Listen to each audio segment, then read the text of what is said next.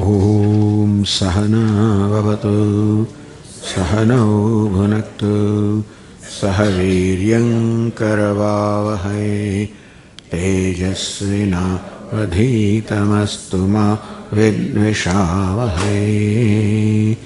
Om Shanti Shanti Shanti. Om Purnamadah Purnamidam Purnat Purnamudachyate Purnasya Purnamadaya Purnamevavasishyate. Om Shanti Shanti Shanti. Shruti Smriti Purananam Alayam Karunalayam Namami Bhagavat Padam Shankaram Loka Shankaram Shankaram Shankaracharyam Keshavam Badarayanam Sutra Bhashya Krutau Vande Bhagavantau Punah Punah Ishvaro Gururatmere Vyomavad Dehaya Dakshinamurtaye Namaha. Sadashivasamarambham Shankaracharya Madhyamam Asmadacharya Paryantam Vande Guru Paramparam. Gukarastvandhakaro vai Gurukarastanivartakaha Andhakara nirodhitvad Gururitya vidhiyate.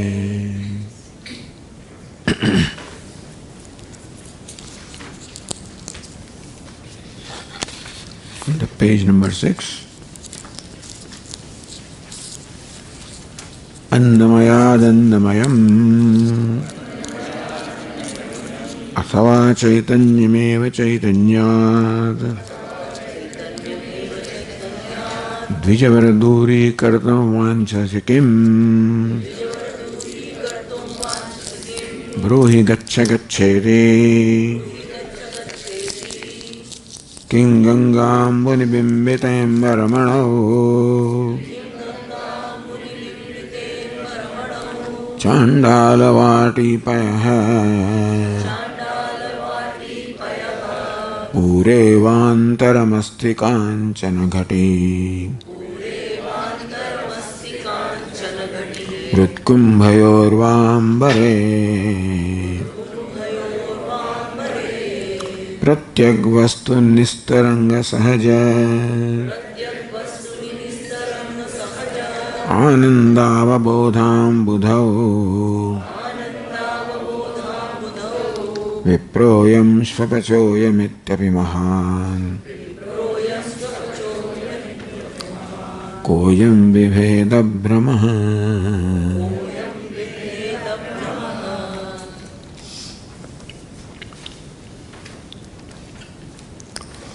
प्रत्येक वस्तु ने निस्तरंग सहज आनंद अवबोध अम्बुधौ. Taranga means wave, nistaranga waveless,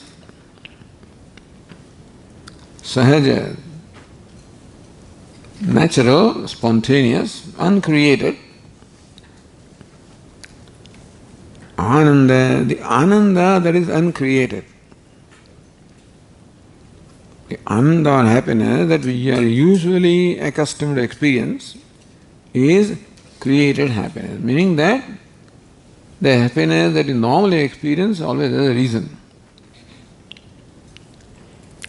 That I got good food, it was a nice movie, some reason is there why I feel happy. Sahaja Ananda, the happiness that is spontaneous without a reason.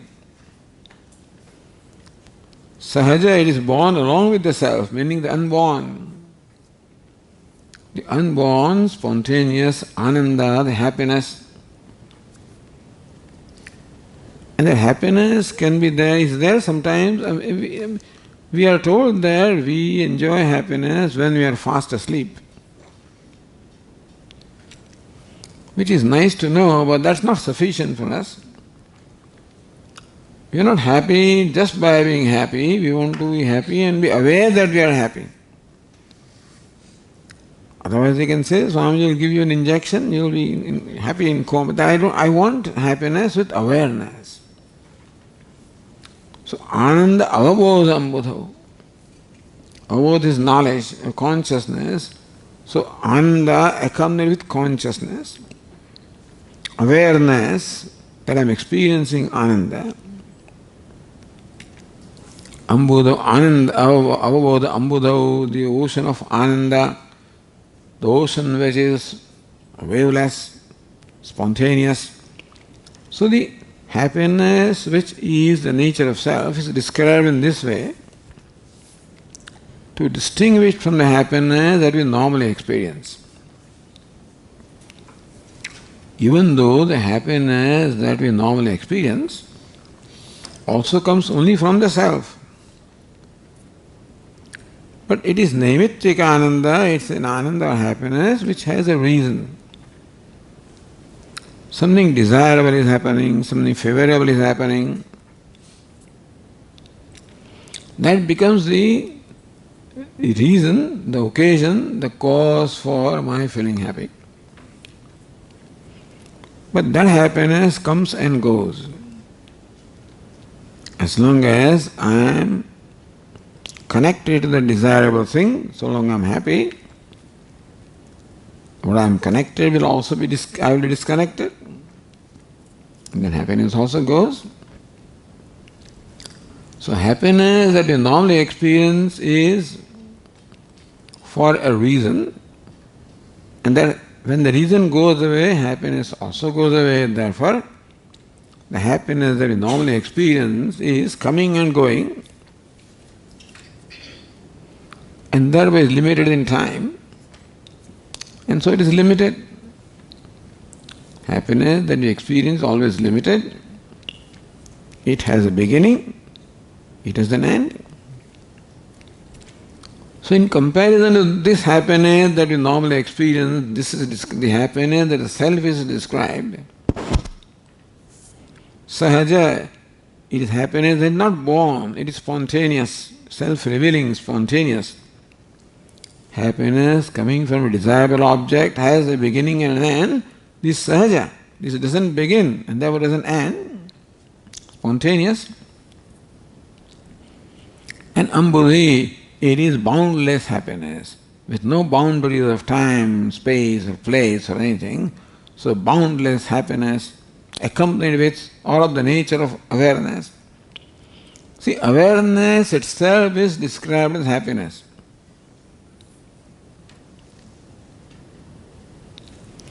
Swami, awareness, how can it be happiness? I'm aware of something constantly, that doesn't give me happiness. But awareness itself, what we may call awareness, which is also without a reason, not awareness of a pot or a cloth, just awareness. That awareness assumes a form, then becomes a pot awareness, cloth awareness. But then awareness by itself, that eliminates parts and cloth, etc., eliminates names and forms, itself is devoid of all names and forms and attributes. So the characteristics of awareness are same as the Ananda described here. Awareness also by itself has no dimension. It eliminates all names and forms, therefore it is devoid of the limitation of name and form. It eliminates all the adjectives and therefore devoid of being any adjective. Nirvishesha Ananda, Ananda devoid of name and form, Nirakara. So awareness also is like that, Ananda also is like that. Awareness that eliminates all forms is formless. Awareness that eliminates all the adjectives is devoid of any adjectives, any characteristics. Therefore, the characteristics of awareness and Ananda are the same. Therefore, awareness and Ananda are not different. Both are formless, infinite, spontaneous, self-revealing, self-shining. Swami, wait a minute. Awareness I know is self-shining, I know that I am aware for being. If Ananda also is self-revealing, how come I don't know that I am Ananda? So awareness and Ananda cannot be one. But Ananda also is self-revealing, except that for experiencing Ananda I need my mind. And depending upon nature of mind, my experience of Ananda varies. A pure mind reflects Ananda, which is as it is. An impure mind distorts that Ananda, and therefore what I experience through an impure mind is a distorted thing.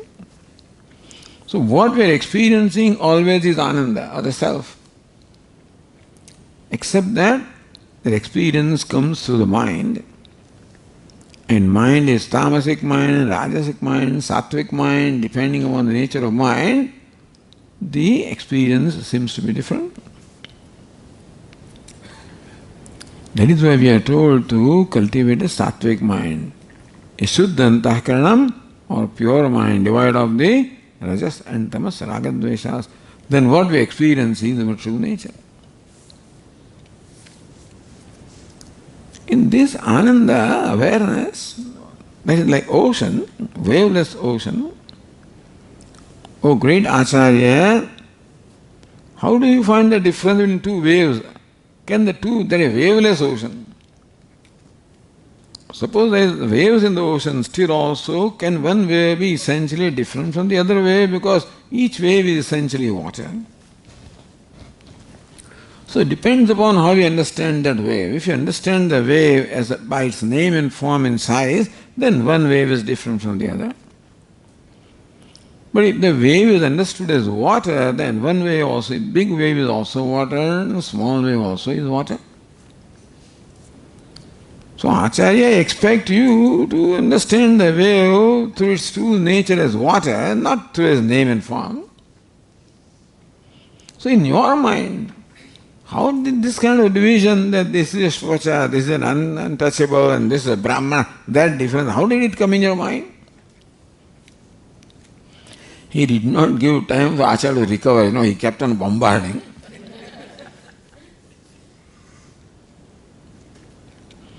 First said that, does it make a difference to the sun?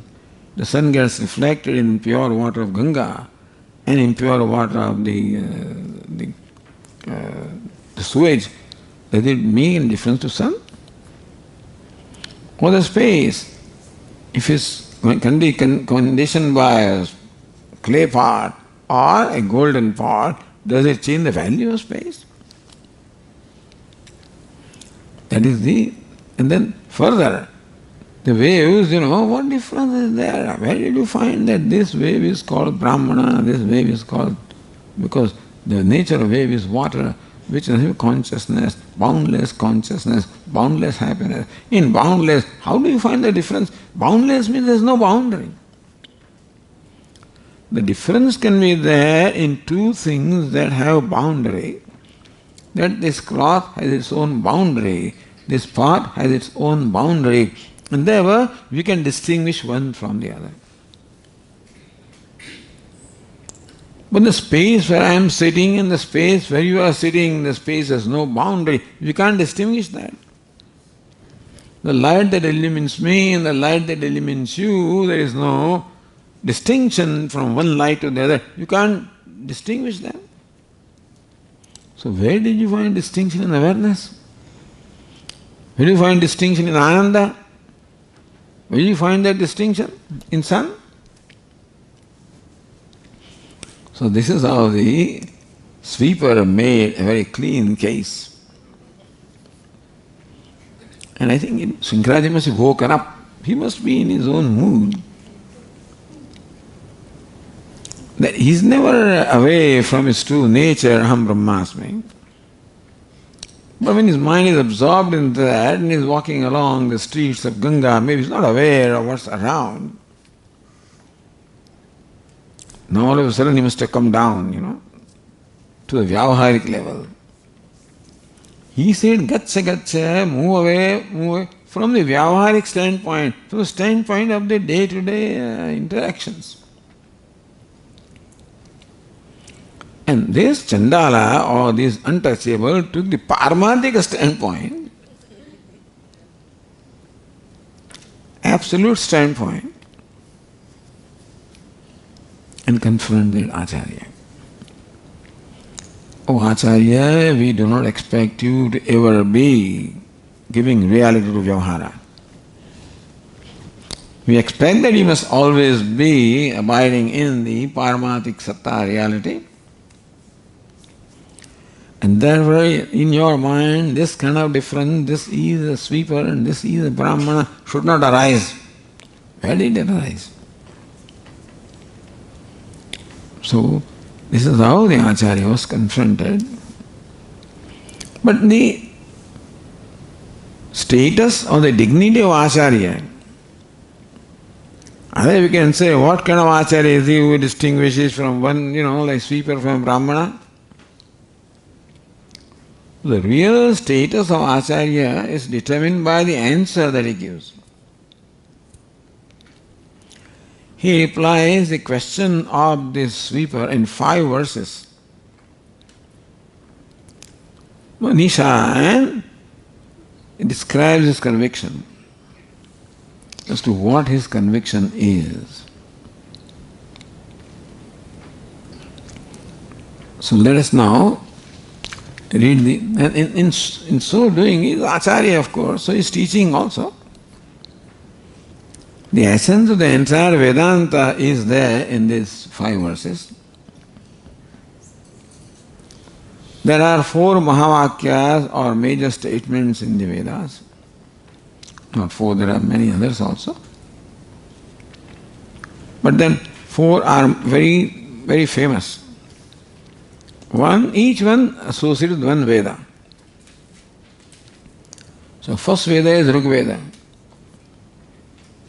And there is an Upanishad, Aitareya Upanishad, that belongs to Rig Veda. In Aitareya Upanishad, the statement is Prajnanam Brahma. Prajnanam is consciousness. Consciousness is Brahman. Consciousness is myself. So consciousness is Brahman. That means Atma is Brahman.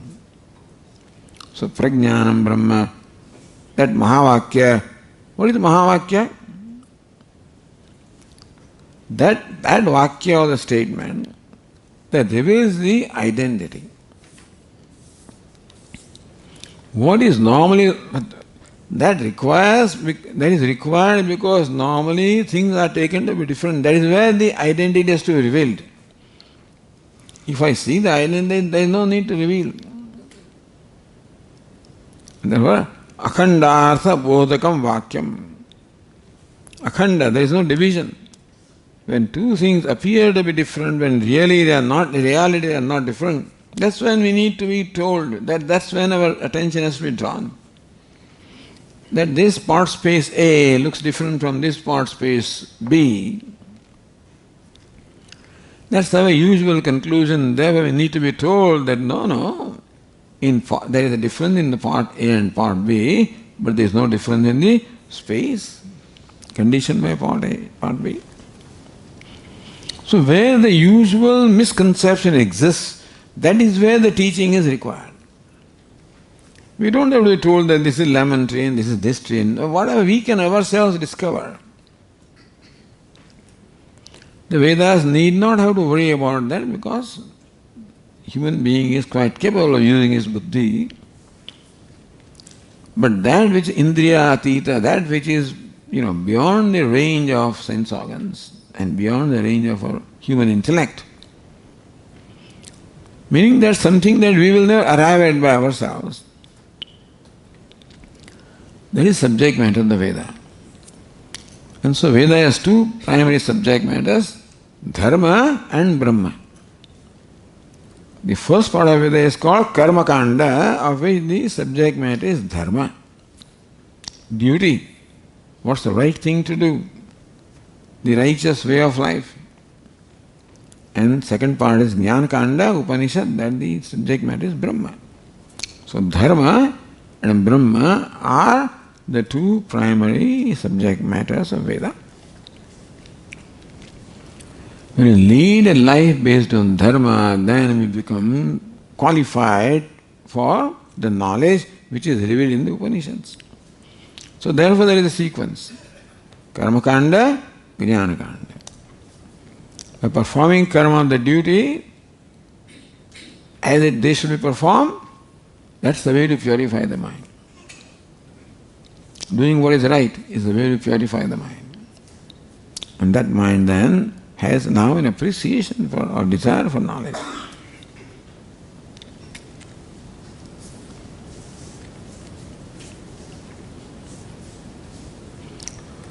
So in every Veda, there are Upanishads. Jnana Kanda, the section dealing with Jnana or knowledge. As I say in Rig Veda, Aitreya Upanishad, there are other Upanishads also, Kaushitaki Upanishad. Kaushitaki belongs to the Rig Veda also. But the famous Aitreya Upanishad, then this Vakya, Prajnanam Brahma, consciousness is Brahman. And consciousness means self, so Atma is Brahman. Other is the Yajurveda, and the Brihadaranyaka Upanishad belongs to Yajurveda. Other Upanishads also belong. But the famous Vakya of Brihadaranyaka is Aham Brahmasmi. I am Brahma. That statement appears in the Brihadaranyaka Upanishad. Atma Vaidamekya Vagrasi, etc., etc. Brahma Vaidameva Asid, Tadatmanameva Ved, Aham Brahmasmi. Third is the Samaveda. In Chandogya Upanishad belongs to Samaveda. There the Mahavakya is Tattvamasi, the most famous, that thou art. And fourth is the Atharva Veda. And Mandukya Upanishad is part of Atharva Veda. That is Mahavakya, I am Atma Brahma. This self is Brahman. There are other Mahavakyas also revealing the identity of Jiva and Brahma, but these four are famous. They are one from each Veda. So we'll find that in the following verses. Acharya also unfolds the meaning of these Mahavakyas also. And so he unfolds the entire Vedanta in 5 verses. Because after all, it is not simply answering this sweeper, it is also teaching the disciples. So, the Acharya will take any opportunity to communicate to his disciples. So, these 5 verses are then meant for the sadhakas, aspirants, disciples.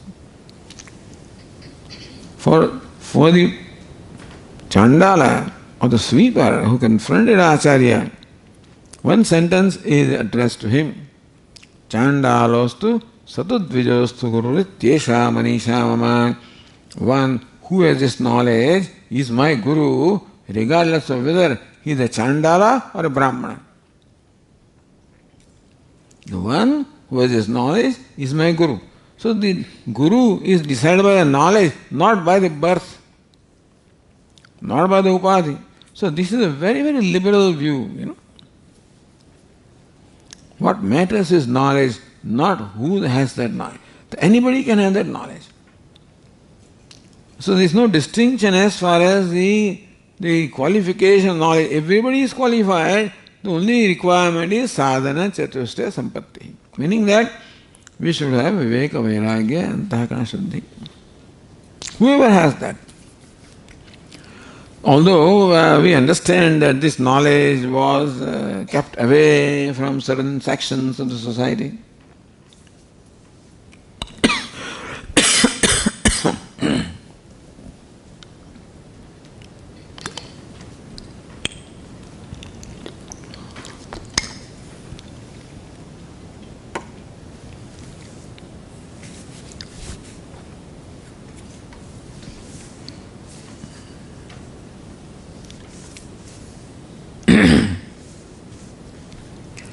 But then here we find that qualification is the state of mind,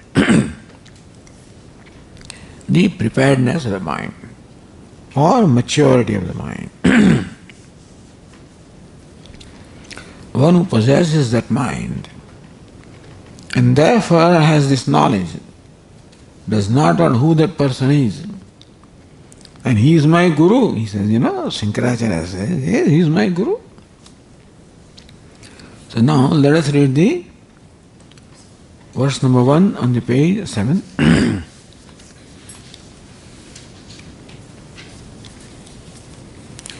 Jagrat swapna sushuptishu sphutatara ya samvidujrumbhate ya brahmadi pipinikantatanushu prota jagat sakshini saivaham na cha drishyavastviti drudha prajñapi yasyasti cher chandalotu satudvijostu guruhu ityesha manisha mama.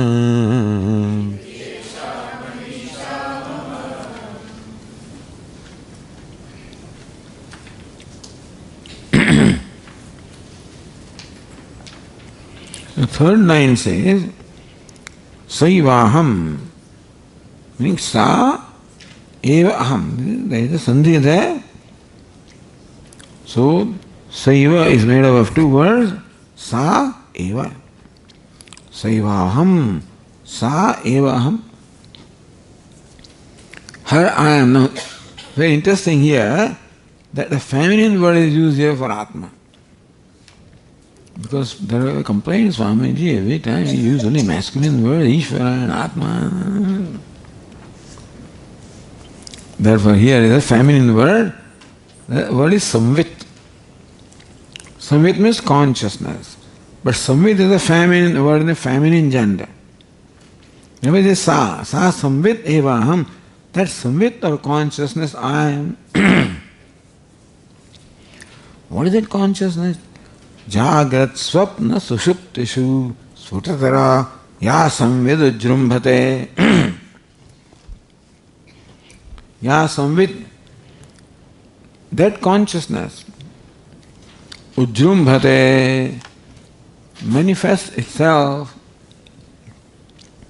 So one thing about the consciousness, that it is self-revealing. That is the reason why we are always conscious of ourselves. In all the waking hours, we are always conscious of ourselves. And being conscious of something is a cause of problem, by the way. What can be the cause of problem? Being conscious of something can create problem if our conclusion is wrong. The famous rope snake example, when you are conscious of an entity which is lying there, and you do not recognize it as such, then there is a possibility that there may be a Brahma or delusion of snakeless snake instead of rope. If I did not see the rope, there would be no problem. I saw the rope as rope, no problem. But I see the rope, but do not recognize it as rope, understand? Then there is a possibility that I may have a wrong conclusion, that it is a snake, or it is a garland, or it is a stick, and so forth and so on. So for this kind of superimposition you call, Brahma or delusion you call, for that to take place, certain specific conditions must be satisfied. for the delusion of snake to arise in my mind. Where there is rope, certain conditions must be satisfied. Number one, that I must be aware of that object. Secondly, I recognize that object partially, that there is something there. Something is there. But then I do not recognize the specific part, that it is rope. See, Vedanta explains that everything has a general aspect and a particular aspect. That this is general aspect and this is a change, particular aspect. This is general. This is the part. The partness is particular. This is general. This is applies to all the objects. This is table, this is chair, this is man, this is woman, this is tree, this is this. So this is idam. That will in fact apply to everything that is an object of my knowledge. Then what distinguishes one object from the other? Its particular aspects. This is part, this is cloth, this is rope, this is snake. This is common to all the objects, you understand? And that has to be known, meaning that I must be aware that this is, something is there. And somehow I do not recognize a particular aspect, that this is rope. See, we have to, this is little bit Vedanta here, in the rope snake example, that only under some conditions that the delusion of snake takes place. Not always that I see a rope and I think it is a snake. No. Sometimes it happens. When I see that object, something is there, but I do not recognize it as a rope. Then this is part is recognized, is perceived by me, but the particular part, rope, is not recognized. This is general. Part, particular. This is general. Cloth, particular. This is general. Flower, particular. This is general. Rope, particular. So thus when I recognize this is, but do not recognize the rope, that is when the projection can take place upon the particular aspect. General aspect remains the same. So this is rope and this is snake. The snake shares the same, this is snake. When we say this is belongs to rope, so in the delusion of snake also rope is involved.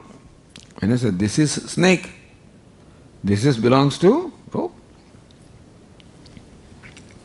But because the particular aspect of rope was not recognized, therefore I have a delusion, this is a snake.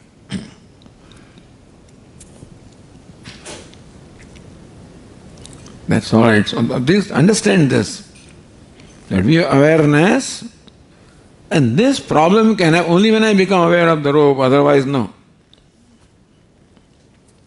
How does that example apply to us? Every day we hear this example, rope snake. How does it apply to us? That we also have a similar awareness of ourselves. That we are aware of generally what I am. I am. I'm always aware that I am. I cannot be not aware of myself. In all the entire waking state, I am constantly aware of myself. No so much I forget myself. I get lost. Even if I get lost in something, so when when I'm watching movie, I get lost in the movie. I get lost in my work, I get lost in my sport, etc., etc. But still that I am lost, that awareness of something else cannot be unless there is awareness of I am. Whether you like it or not, you are always aware of the self. And that's the problem. The awareness of snake rope created problem. If you're not aware of the rope, there is no snake. There is no awareness of self, no problem. You know, when is that? That is when we are fast asleep. In deep sleep state, thank God that I am not aware of myself. And therefore the scope of this superimposition or adhyasa or delusion doesn't arise. The scope of adhyasa can arise only when there is general awareness. So this is a rope. I don't recognize the rope part, then I said this is a snake. Here I'm always aware of myself. I am, I can never get away from that. And people try. So it becomes so difficult to deal with oneself. People use all kinds of means to get away. Many of our activities are self-escape or self-distraction, escape distractions. We want to escape from ourselves.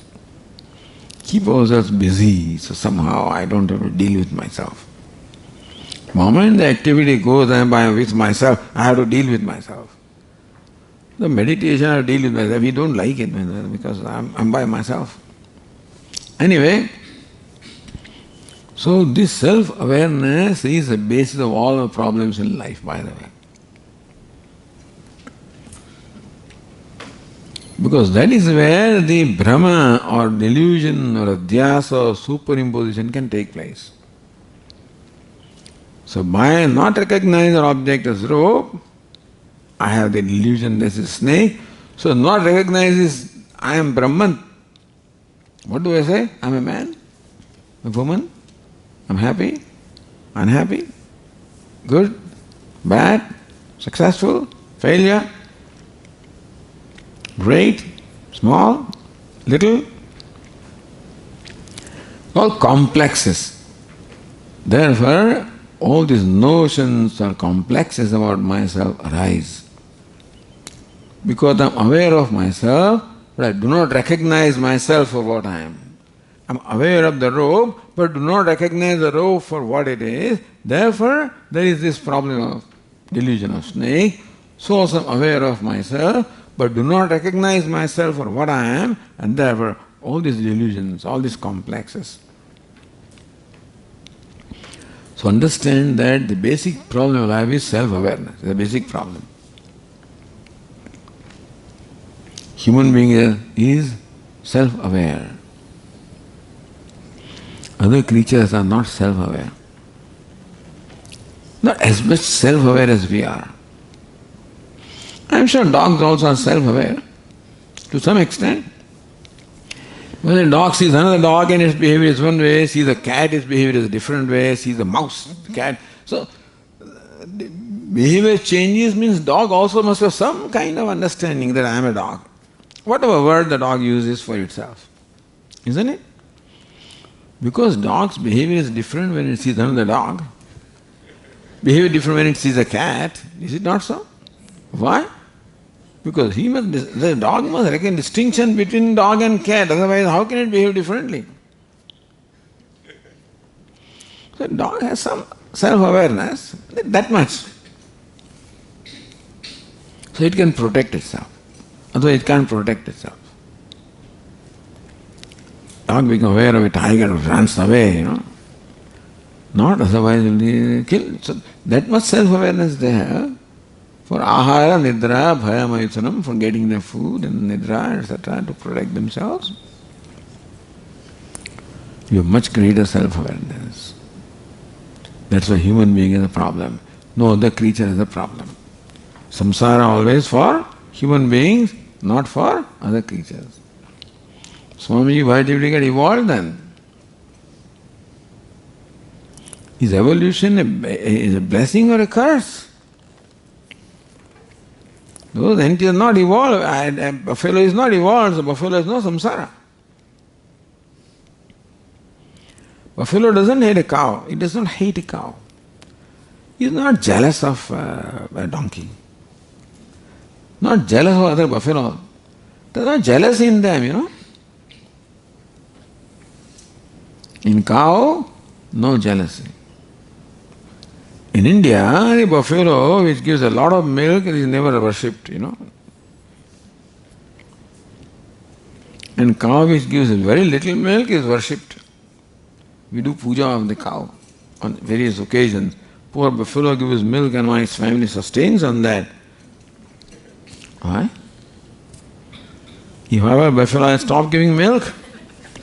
If I were buffalo and I realize that they are worshipping, giving more honor to that and not to me, I'll stop. Buffalo is stupid. Doesn't do that.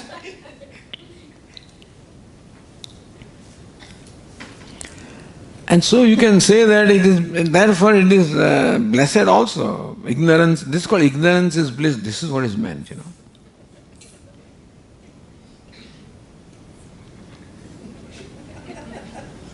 It's ignorant of its identity and therefore there is no identity, there is no complex. That I am a bigger buffalo, the smaller buffalo, giving more milk, more expensive, less expensive. No pride, no arrogance, isn't it? Poor human being is suffering from all of this. So we are the most evolved creatures. Those fellows are much lower in the ladder of evolution. So it is a blessing to be evolved or a curse to be evolved?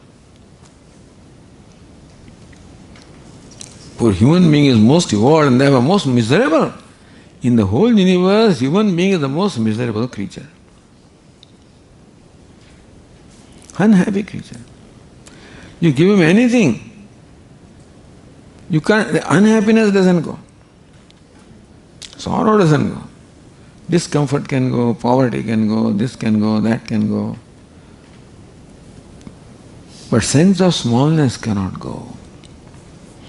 Feel the sense of smallness within.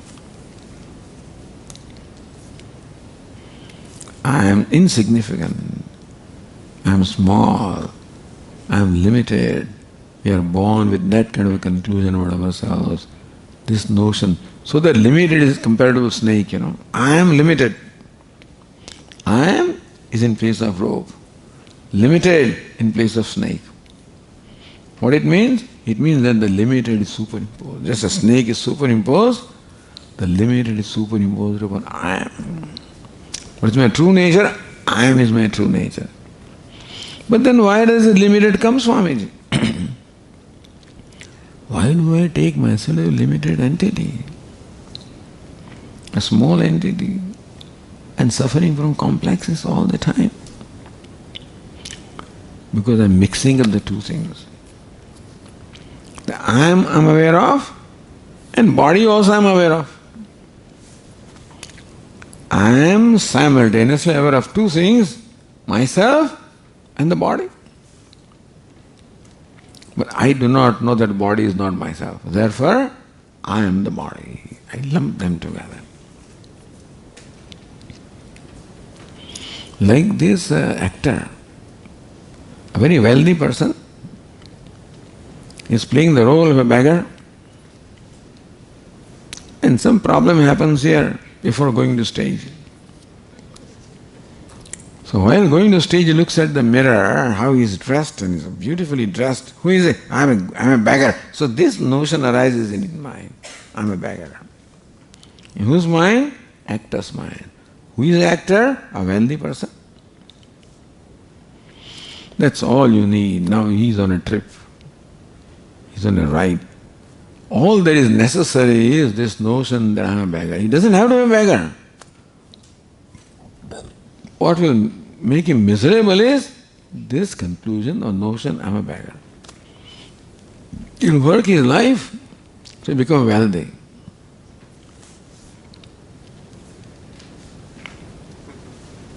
Poor fellow cannot become So how to make him wealthy? Give him a lot of money? No, to make him see that he is actor. So how an actor thinks I am a beggar? Beggar belongs to his costume, which he superimposes upon himself and says, I am a beggar. So we have a costume. The body is a costume. Swamiji, why are we given this costume? But for acting on the stage, you must have a costume. On a stage, you cannot come in original dress, isn't it? An actor has to put on a costume. He cannot come as an actor, then there is no drama, no play. So when we come to the stage of this, in the cosmos, we have to have a costume. And then we have to play various roles. Only problem is that I forget there is a costume and I take myself to be a human being belongs to a costume. Yes, I am a human being. Why is it so? That is so. It's called ignorance. So Vedantins have, worked out all the things. What's the reason why I take myself different from myself? Ignorance of the self.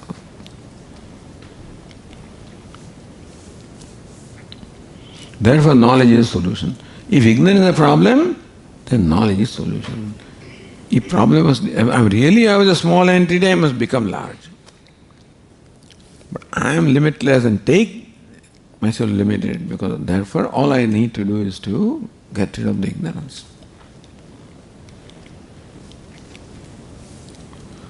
So this self-awareness that I am, I can never get away from that. And therefore, I always keep on attaching something or the other to that I am and entertaining various notions about myself. I'm a man, tall, short, fair, dark, wealthy, famous, powerful, rich, poor. Every complex is the source of unhappiness. No, Swami, wealthy is all right. I don't mind that kind of a complex. I'm wealthy. I'm famous. I'm powerful. As long as I do not see other wealthy fellow, then I think he has more wealth than I have.